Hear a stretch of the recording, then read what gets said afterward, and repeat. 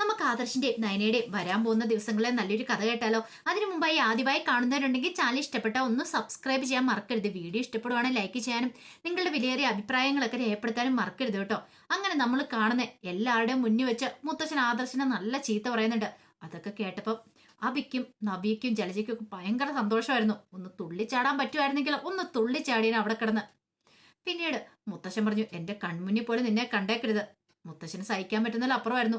ഇത്രയും കാലം മൂർത്തി ജ്വല്ലറിയുടെ യശസ് അങ്ങനെ ഉയർന്നു നിൽക്കുമായിരുന്നു. പക്ഷെ ഒറ്റ നിമിഷം കൊണ്ടാണ് പെട്ടെന്ന് തന്നെ ഷെയർ മാർക്കറ്റൊക്കെ ഇടിഞ്ഞു പോയത്. സഹിക്കാൻ പറ്റുന്നുണ്ടായിരുന്നില്ല. പിന്നീട് പറഞ്ഞു, കടന്നു പോയിക്കോ എങ്ങോട്ടാന്ന് വെച്ചാല്, നിനക്ക് ഇതിന്റെ സീരിയസ്നെസ് എന്താണെന്ന് അറിയത്തില്ല. എന്റെ അച്ഛനപ്പൂപ്പന്മാരായിട്ട് ഉയർത്തിക്കൊണ്ടുവന്ന ജ്വല്ലറിയ ഒരു നിമിഷം നീ ഒന്നും അല്ലാതാക്കി കളഞ്ഞത്. എന്നിട്ട് നിസാര ഒരു കാരണം പറഞ്ഞിട്ട് ഉറങ്ങിപ്പോയെന്ന് പറഞ്ഞിട്ട് ആദർശനെ നന്നായിട്ട് പറയുന്നുണ്ട്, ചീത്ത പറയുന്നുണ്ട്. ദേവേനിക്കും നയനയ്ക്കും ഒക്കെ അത് കേട്ടിഞ്ഞിപ്പം സങ്കടമായി. അപ്പോഴേക്കും ആദർശ് പറഞ്ഞു, ശരിയാ മുത്തശ്ശ, എന്റെ ഭാഗത്ത് തന്നെ തെറ്റ്, ഞാനിത് അംഗീകരിച്ച് തന്നിരിക്കുന്നു. പക്ഷെ എങ്കില് എനിക്ക് എവിടെയാ പിടിച്ചതെന്ന് എനിക്ക് അറിയില്ല. ഞാൻ ഇന്ന് വരെ അങ്ങനെ ഉറങ്ങിപ്പോയിട്ടില്ല.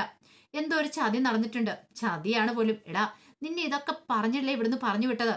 അതുകൊണ്ട് നിനക്ക് ചതി പറ്റി എവിടെന്നാന്ന് വെച്ചാൽ നീ കണ്ടുപിടിച്ചോണം. അതെന്റെ ഉത്തരവാദിത്വമല്ല. എത്രയും പെട്ടെന്ന് തന്നെ ദേ ജ്വല്ലറി പഴയതുപോലെ തന്നെ കയറ്റിക്കൊണ്ട് വരണം. അതിന് പറ്റിയില്ലെങ്കിൽ MD സ്ഥാനത്തുനിന്ന് നീ മാറിക്കോളാൻ പറഞ്ഞു. അത് കേട്ടപ്പോൾ ദേവേനിയൊക്കെ ഞെട്ടിപ്പോയി. പക്ഷേ എങ്കിൽ ഭയങ്കര സന്തോഷമായിരുന്നു. അബിക്കും നബിക്കും ഒക്കെ അത് അവരുടെ മുഖത്ത് കാണുകയും ചെയ്തു. നയനയൊക്കെ അത് ശ്രദ്ധിക്കുകയും ചെയ്ത കാര്യമാണ്. പിന്നീട് മുത്തശ്ശൻ അങ്ങോട്ട് കയറി പോയി കഴിഞ്ഞപ്പോൾ ഭയങ്കര സങ്കടത്തോട് കൂടിയിട്ട് ആദർശ് മുറിയിലേക്ക് കയറി പോവാ. അപ്പോഴേക്കും ദേവേനിയും ജയനും ഒക്കെ പിന്നാലെ ആയിരുന്നു. ദേവേനി പറഞ്ഞു, മോൻ വിഷമിക്കൊന്നും വേണ്ട, അത് അച്ഛന്റെ വിഷമം കൊണ്ട് സങ്കടം കൊണ്ട് പറഞ്ഞു പോയതാ. ആദർശിനെ അറിയാം. ആദർശ് പറഞ്ഞു, മുത്തശ്ശൻ വഴക്ക് പറഞ്ഞോട്ടെ, എന്റെ കയ്യിലെ തെറ്റ്, ഞാൻ കാരണം ഇപ്പോഴിങ്ങനെയൊക്കെ സംഭവിച്ചിരിക്കുന്നേ. അതിനുള്ള പ്രായച്ചിത്ത് എനിക്ക് ചെയ്തേ മതിയാവുള്ളൂ എന്ന് പറയണ. എനിക്ക് എന്റെ തെറ്റ് തിരുത്തണം എന്നൊക്കെ പറഞ്ഞു. ആദർശിന്റെ അപ്പോഴത്തെ ആ സങ്കടം കണ്ടിപ്പോ നയനയ്ക്ക് സഹിച്ചില്ല. നയന പറഞ്ഞു, ആദർശേട്ടാ നമുക്കൊന്ന് പുറത്തു പോയിട്ട് വരാന്ന് പറഞ്ഞു. കാരണം ആദർശിന്റെ മനസ്സൊന്ന് മാറ്റിയെടുക്കണം. ആദർശ് വല്ലാത്ത വിഷമത്തിലാന്ന് മനസ്സിലായി. അങ്ങനെ നയനയും കൊണ്ട് ആദർശ് പുറത്തുപോയി. പിന്നീട് അവരങ്ങനെ ആളൊഴിഞ്ഞൊരു സ്ഥലത്ത് പോയിരുന്ന് സംസാരിക്കണ സമയത്ത് ആദർശ് പറഞ്ഞു, നയനെ, ഒരിക്കലും ആർക്കും സഹിക്കാനും ക്ഷമിക്കാനും പറ്റുന്ന കാര്യമല്ല ഞാൻ ചെയ്തിരിക്കുന്നത്. മുത്തശ്ശന്റെ കാര്യം അറിയാലോ. ആരൊക്കെ സഹിച്ചാലും ക്ഷമിച്ചാലും മുത്തശ്ശൻ മാത്രം അത് സഹിക്കത്തില്ല. മുത്തശ്ശന്റെ വാക്കുകൾ ഇടിമുഴക്കം പോലെ ഇപ്പോഴും എന്റെ കാതുകളിൽ മുഴങ്ങുന്നുണ്ട്. അതുകൊണ്ട് ഇതിനൊരു പരിഹാരം കാണുമെന്ന് പറഞ്ഞു. അല്ല ആദർശേണ്ട എന്ത് ചെയ്യാനാ പോന്നേ?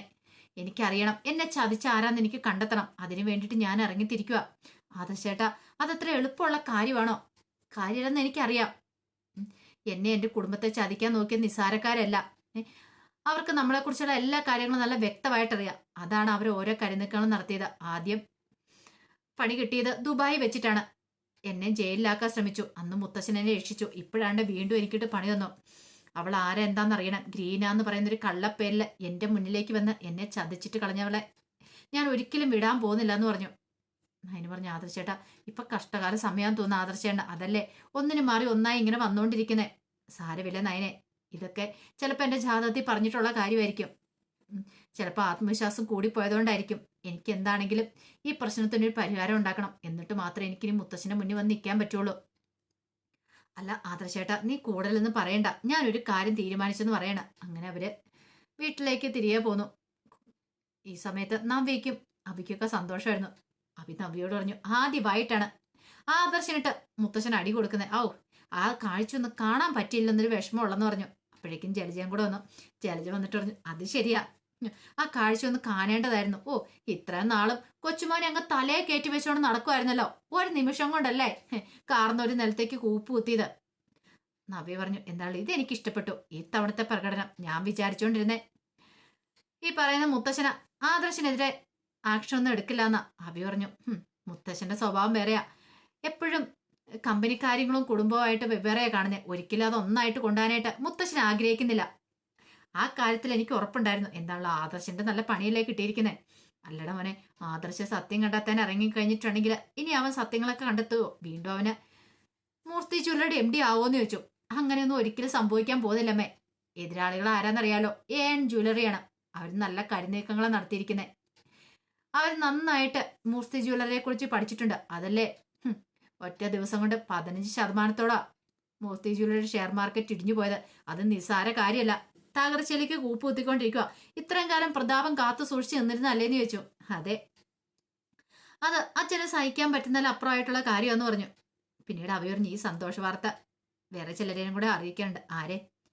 അത് പിന്നെ ആരെയായിരിക്കും? ആ നാബികേനെ അയാളെ വേണുവിനെയും കൂടെ അറിയിക്കണമെന്ന് പറയണം. അങ്ങനെ അഭി അവരെ അറിയിക്കാനായിട്ട് പോയി.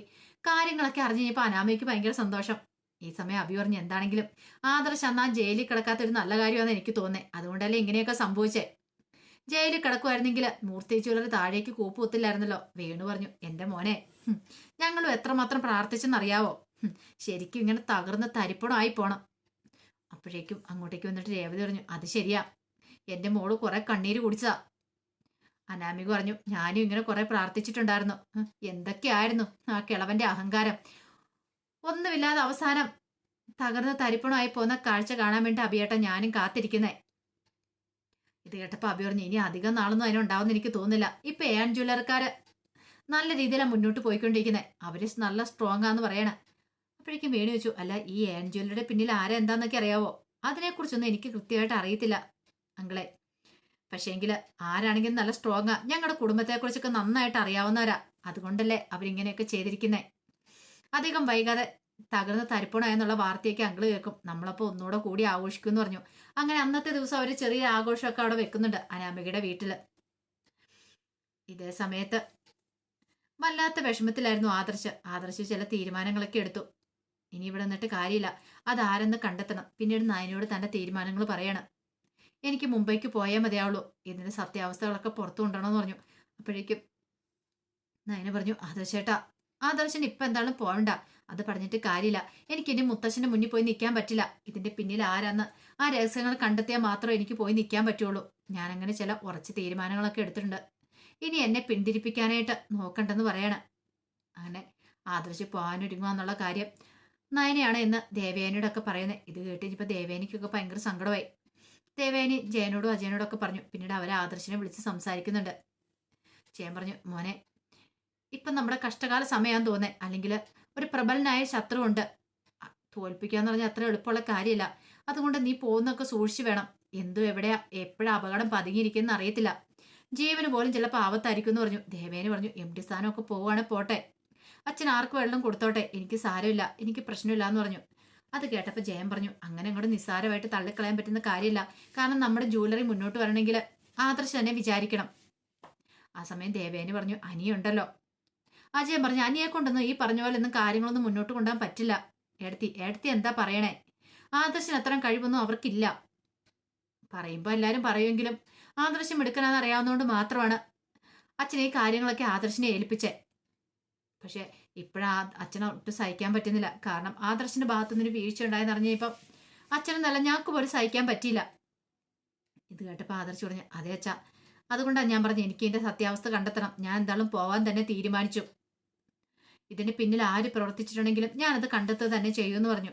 അപ്പൊ ആദർശ് എടുത്ത തീരുമാനത്തിൽ ഇനിയിപ്പോൾ ഒരു മാറ്റം ഉണ്ടാവത്തില്ലെന്ന് അവർക്ക് മനസ്സിലായി. ആദർശന്റെ തീരുമാനം അങ്ങനെയാണെങ്കിൽ അത് വിട്ടുകൊടുക്കുന്നത് നല്ലതെന്ന് അവർക്കും തോന്നുവാണ്. ദേവേനിക്കും ജയനും അജയനും ഒക്കെ തോന്നി. അതേ സമയത്ത് വല്ലാത്ത സന്തോഷത്തില് നബിയുടെ അടുത്ത് നിന്ന് കാര്യങ്ങളൊക്കെ പറയുന്നുണ്ട്. ആദർശ് ഈ വീട്ടിൽ നിന്ന് പോകാൻ പോവാ. ആദർശ് ഇനി കുറച്ച് നാളത്തേക്ക് ഇവിടെ കാണത്തില്ലെന്നോ? അതെ, ഒരു ചെറിയ വിവരം കിട്ടിയിട്ടുണ്ട്. ആദർശ് ഇവിടെ നിന്ന് പോകാന്ന്. അത് കേട്ടപ്പോൾ നബി പറഞ്ഞു, അവൻ പോണം. പാവപ്പെട്ടൊരു പെൺകുട്ടിയെ ചതിച്ചവനല്ലേ അവൻ ഈ വീട് വിട്ട് പോണമെന്ന് പറഞ്ഞു. ഇത് കേട്ടിനിപ്പത്തിനും അബി പറഞ്ഞു, എത്ര നാളത്തേക്കാന്നും അറിയത്തില്ല, ചിലപ്പോൾ സത്യങ്ങളൊക്കെ കണ്ടുപിടിക്കാൻ പോകുന്നതായിരിക്കും. അവനൊന്നും ചെയ്യാൻ കഴിയില്ല. അവനിനിയിപ്പോൾ സത്യം കണ്ടുപിടിച്ചിട്ട് എന്താവാനായിട്ടാ? മൂർത്തി ജ്വല്ലറി തകർച്ചയിലെ വക്കിലേക്ക് പോയിക്കൊണ്ടിരിക്കുമല്ലേ എന്നൊക്കെ പറയാണ്. ഇതേ സമയത്ത് അനി നന്ദുവിനെ വിളിക്കുന്നുണ്ട്. നന്ദുവിനെ വിളിച്ച് നന്ദുവിനോട് കാര്യങ്ങളൊക്കെ പറയാണ്. അപ്പോഴേക്കും നന്ദു പറഞ്ഞു, നീ വിഷമിക്കണ്ട, ഇതിന്റെ പിന്നിൽ ആര് കളിച്ചിട്ടുണ്ടെങ്കിൽ നമ്മളത് കണ്ടെത്തുക തന്നെ ചെയ്യും. ഉറപ്പായിട്ടും എന്റെ പൂർണ്ണ പിന്തുണ ആദർശനോടൊപ്പമുണ്ടായിരിക്കും. ഇവിടെ ആരെങ്കിലും ഈ പറയുന്ന അഭി ആരെങ്കിലും ഇതിന്റെ പിന്നെ കളിച്ചിട്ടുണ്ടെങ്കിൽ അവരെ നമ്മൾ വെറുതെ വിടത്തില്ല. ഈ പറയുന്ന AN ജ്വല്ലറിയെ കുറിച്ച് ഞാനും നന്നായിട്ടൊന്ന് അന്വേഷിക്കട്ടെ, ആരാ എന്താ ഏതാന്നൊക്കെ അന്വേഷിക്കട്ടെ എന്ന് പറഞ്ഞു. അങ്ങനെ എനിക്കും ഒരു ആത്മവിശ്വാസം കൊടുക്കുന്നുണ്ട്. പിന്നീട് നന്ദു AN ജ്വല്ലറിയെ കുറിച്ച് അന്വേഷിക്കുകയാണ്. അതിന്റെ MD ഒരു ഡേവിഡ് ആണെന്ന് മനസ്സിലായി. പക്ഷെ അത് സത്യമാണോ അല്ലയോ എന്നൊക്കെ അറിയണമല്ലോ. അതിന് വേണ്ടിയിട്ട് കേരളത്തിലൊരു അന്വേഷണമൊക്കെ നന്ദുവിന്റെ ഭാഗത്തുനിന്നും ചെയ്യുന്നുണ്ട്. ആ സമയം അവന്തയ്ക്കും നാഗേന്ദ്രനൊക്കെ സന്തോഷമായിരുന്നു. നിസാര കാര്യമൊന്നും അല്ലല്ലോ.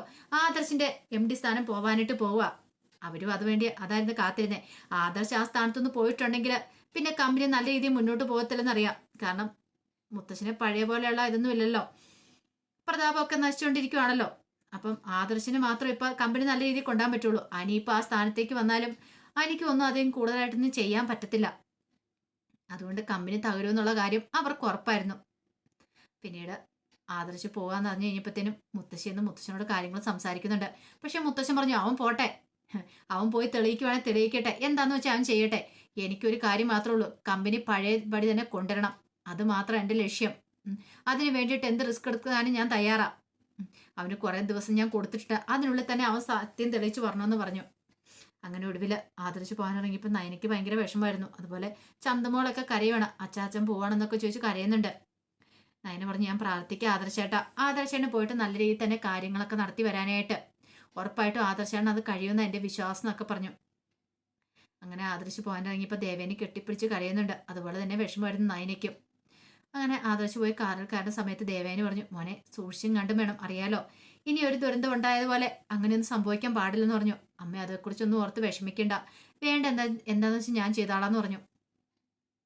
അങ്ങനെ പോയി കഴിഞ്ഞപ്പോൾ നയന ആകെപ്പാടെ വിഷമത്തിലായിരുന്നു. നയന വിഷമിച്ചിരിക്കുന്നുണ്ടാവും മുത്തശ്ശിക്കും സഹിച്ചില്ല, ഗർഭിണിയല്ലേ. പിന്നീട് മുത്തശ്ശനോട് പറയുന്നുണ്ട് പോട്ടെ, ഒരബദ്ധം ആദർശിന് പറ്റി, അവനെങ്ങ് തിരികെ വിളിക്ക്, അവനിവിടെ വരട്ടെ. പക്ഷെ മുത്തശ്ശൻ സമ്മതിച്ചില്ല അതിനൊന്നും. മുത്തശ്ശന് മനസ്സിൽ ചില നീക്കങ്ങളൊക്കെ ഉണ്ടായിരുന്നു. മുത്തശ്ശൻ അറിയാം ആദർശ് ബുദ്ധിമാനാണ്, അവൻ എങ്ങനെയാണെങ്കിലും എന്താണെങ്കിലും കണ്ടുപിടിക്കും. അത് മാത്രമല്ല അവനെ കൊണ്ട് മാത്രം ഈ പ്രശ്നത്തിന് ഇപ്പോൾ ഒരു പരിഹാരം ഉണ്ടാക്കാൻ പറ്റുള്ളൂ എന്നും അറിയാം. അതുകൊണ്ടാണ് മുത്തശ്ശൻ അങ്ങനെയൊക്കെ പറഞ്ഞത്. അങ്ങനെ ആദർശ് പോയി കഴിഞ്ഞപ്പോഴത്തേനും അബിക്കൊക്കെ ഭയങ്കര സന്തോഷം തന്നെയായിരുന്നു. അവൻ ഈ വീട്ടിൽ നിന്ന് കുറച്ച് നാളത്തേക്കാണ് മാറ്റാൻ പറ്റിയെന്നുള്ളൊരു സന്തോഷം. അങ്ങനെ ആദർശ് മുംബൈക്ക് പോവാണ് സത്യങ്ങളൊക്കെ കണ്ടെത്താനായിട്ട്. ഈ സമയത്ത് നന്ദു എൻ ജൂലിയെ കുറിച്ച് നന്നായിട്ട് അന്വേഷിക്കുന്നുണ്ട്. കേരളത്തിലെ അവരെ വേരുകളെക്കുറിച്ചും കാര്യങ്ങളെക്കുറിച്ചും ഒക്കെ അന്വേഷിക്കുകയാണ്. പിന്നീട് മുംബൈ പോയി ഗ്രീനെ കുറിച്ചുള്ള ആ പെൺകുട്ടിയെ കുറിച്ചുള്ള കാര്യങ്ങളൊക്കെ അന്വേഷിക്കുന്നുണ്ട്. അതിന്റെ കുറെ ഡീറ്റെയിൽസും കാര്യങ്ങളൊക്കെ. അപ്പൊ അവളുടെ വീട് ചെങ്ങന്നൂരാന്നുള്ള കാര്യങ്ങളൊക്കെ ആദർശ് അറിഞ്ഞിട്ടുണ്ടായിരുന്നു. പിന്നീട് നന്ദുവിനോട് ആ കാര്യങ്ങളൊക്കെ പറയാണ്. നന്ദു അങ്ങനെ അന്വേഷിച്ച ഒടുവില് അവളെ കണ്ടെത്തുന്നുണ്ട്. ഗ്രീനെ കണ്ടെത്തുവാണ്. കണ്ടെത്തി അവളെ ചോദ്യം ചെയ്യുന്ന സമയത്ത് കാര്യങ്ങളൊക്കെ കിട്ടുന്നേ അവൾ ആര് പറഞ്ഞിട്ടാ ഇത് ചെയ്തതെന്നുള്ള എൻ ജ്വല്ലറിക്കാർ പറഞ്ഞിട്ടാണ്. പിന്നീട് എൻ ജ്വല്ലറിക്കാർ ചോദ്യം ചെയ്യുന്നുണ്ട്. ഇതിന്റെ പിന്നിൽ അവരാന്ന് അറിഞ്ഞു കഴിഞ്ഞപ്പോൾ ആദർശിനോട് കാര്യങ്ങളൊക്കെ അപ്പം വിളിച്ചു പറയുന്നുണ്ടായിരുന്നു. അങ്ങനെ ഒടുവിൽ ആ സത്യങ്ങളൊക്കെ കണ്ടെത്തി. വീടിനുള്ളിൽ തന്നെയാണ് ശത്രു, അവന്തികയാണ് ശത്രു. അതുപോലെ തന്നെ നാഗേന്ദ്രനാണ് ഈ എൻ ജ്വല്ലറിക്കാർ ശരിക്കുള്ള MD. അയാളല്ല, ഡേവിഡ് അല്ല, നാഗേന്ദ്രനാന്നുള്ള സത്യങ്ങളൊക്കെ നന്ദു തിരിച്ചറിയുന്നുണ്ട്. അങ്ങനെ ആദർശിനെ അറിയിക്കുവാണ്. എന്താണെങ്കിലും അങ്ങനെ ഒടുവിൽ കള്ളത്തരങ്ങളൊക്കെ പുറത്തു വരുവാണ്.